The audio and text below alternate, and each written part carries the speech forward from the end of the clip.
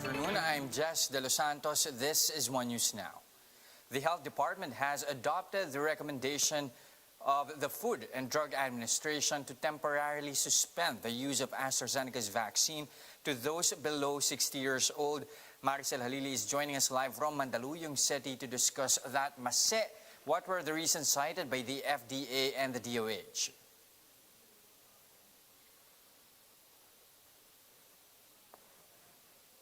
Hi. The food industry has that the health department.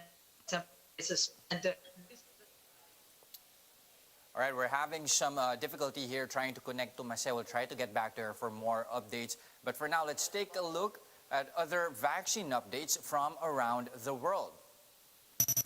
Australia will review a study conducted by the European Medicines Agency which found a possible link between AstraZeneca's vaccine and blood clots. The agency has noted that the shot's advantages still outweigh the risks.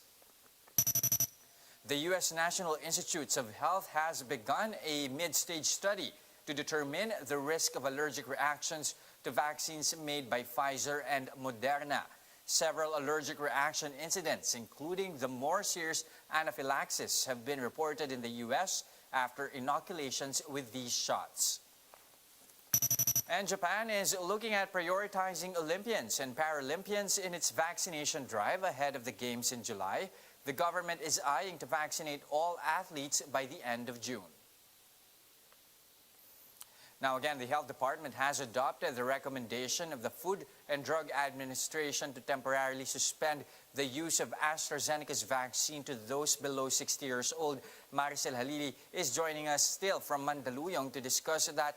Mase, what were the reasons cited by the FDA and the DOH?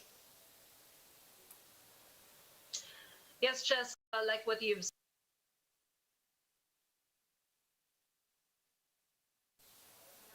Okay, now back in the Philippines, the Health Department has started redeploying more than 130 healthcare workers for COVID-19 response support in Metro Manila. The agency says 42 doctors and nurses from Regions 1, 4A, and 5 have been assigned to 4 hospitals in the capital region. Another 94 medical frontliners from 6 regions across Visayas and Mindanao will be redeployed to 6 other hospitals starting this week. All of them are entitled to RT-PCR testing, accommodation and transportation expenses, among others, on top of their salaries. Progressive House lawmakers are calling for a special session to tackle the proposed Bayanihan 3. In a media briefing, members of the Makabayan Bloc said the 1,000 peso ayuda for each adult household member or 4,000 pesos per family won't be enough for their basic needs. They also called out the administration for allocating billions to non-essential initiatives such as its anti-insurgency program. Proponents of the Bayanihan 3 said the measure would give more emergency cash subsidies to vulnerable households and replenish the government's pandemic funds. Ating kukwentahin sa minimum ngayong Friday. Sana ang bawat tao na nagtatrabaho minimum ay 6,444. As dalawang miyembro ng pamilya ay kung mag-asawa pa ay nawawalan ng more or less na 12,000. So hindi commensurate itong 4,000 na ito kung ihambing natin doon sa nawawalang hinita ng ating mamamayan dito sa ECQ. Some LGUs in the NCR Plus bubble say the funds sent by the national government are not enough to cover all their target cash aid beneficiaries.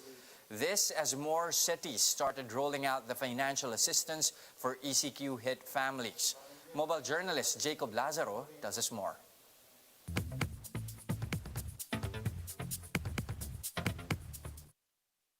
The government finally rolled out its cash aid for poor families affected by the imposition of the enhanced community quarantine last week. 23 billion pesos for almost 23 million people living in Metro Manila and 4 adjoining provinces. Jerry Delor was one of them. A cargador in Divisoria, Jerry had no income because of the lockdown. ICQ, medyo nahirapan po kami dahil yung namin panghanap buhay nasira, na standby. Ay ngayon, nagpasalamat rin ako kay President or kay Mayor sa lahat mga staff na na tulungan rin kami na nabigyan ng ayuda na 4,000. In Manila, beneficiaries were required to bring valid ID with photocopies and their own ballpen. Social welfare officers verify the names in a list before releasing the money. Officials say there are 4 levels of priority for the release of the money. First, beneficiaries of the Social Amelioration Program, or SAP, from last year. Second, are those who had been waitlisted. And third, those who belong to the vulnerable groups like PWDs and single parents. And lastly, those identified by the LGU as affected by the ECQ, but subject to the availability of funds.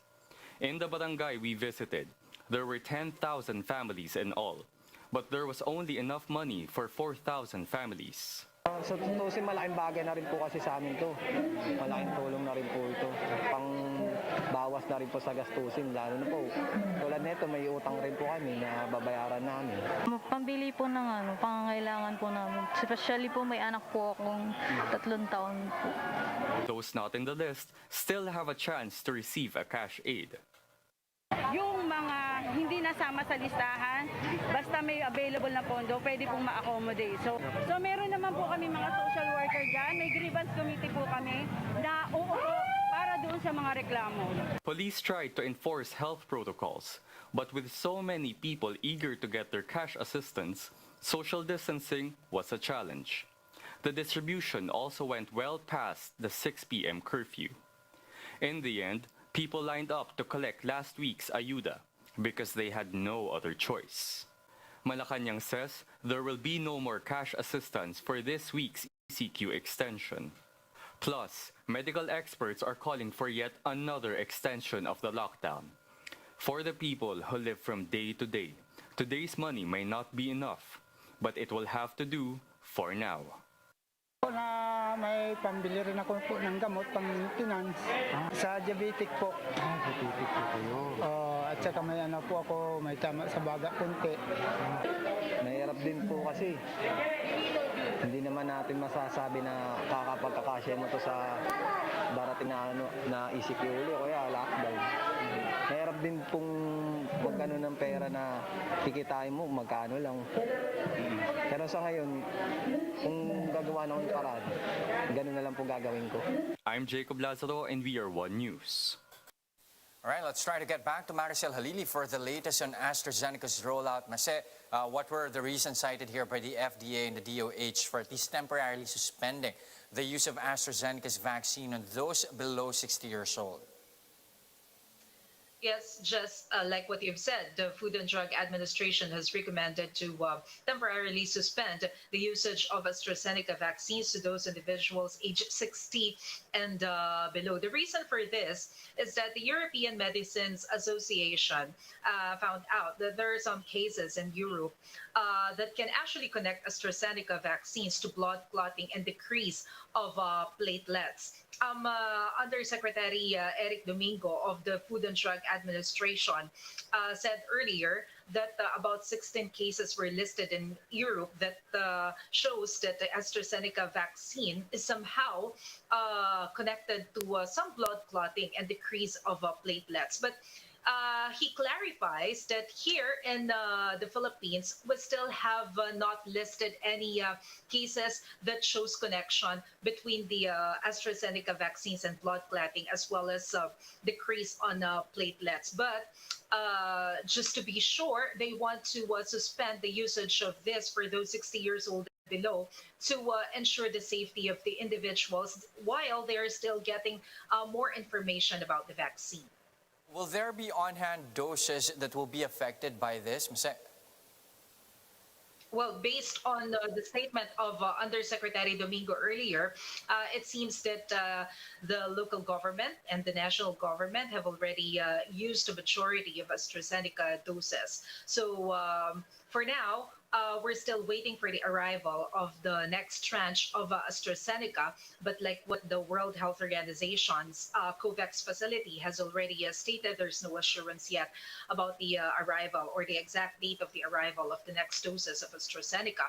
So Undersecretary Domingo said that while the government is waiting for the arrival of the next tranche, they will use this period to collect more data and information and see whether there is really a connection between the vaccine and the blood clotting incidents and decrease of platelets. Okay, well, it remains unsure as to when the next batch of AstraZeneca doses will come in. Do you have also updates from Yusek Domingo about their move to allow Sinovac's vaccine for seniors? So what's the feedback so far? That's right, Jess. FDA approved or has amended their recommendation when it comes to the use of Sinovac. Based on their observation since the start of the implementation of the vaccination program here in the country, they can see that the efficacy rate of Sinovac vaccines for senior citizens are acceptable based on the criteria set by the World Health Organization. 50% efficacy rate is sufficient based on the World Health Organization, and although FDA still has to state the exact quantity of the efficacy rate for senior citizen, based on their initial observation, it seems that it will meet the criteria of the WHO. Yusek Domingo also said that during the first weeks of vaccination, some health workers aged 60 years old and above have already signed the waiver for the usage of Sinovac. And based on their interviews and observation, there are no severe adverse effects. The side effects that these senior citizens are experiencing are within the limits, and so they feel that it is safe to use Sinovac for senior citizens. Okay, moving forward from vaccines this time around, let's move to another topic. Do we have updates from the palace about the COVID positive PSG members and any palace response as well to those looking for President Duterte? Well, PSG Commander Durante confirmed that they have 45 active cases among the members of the Presidential Security Group, but he gave assurance that the close insecurity of President Duterte are not part of those who are COVID positive.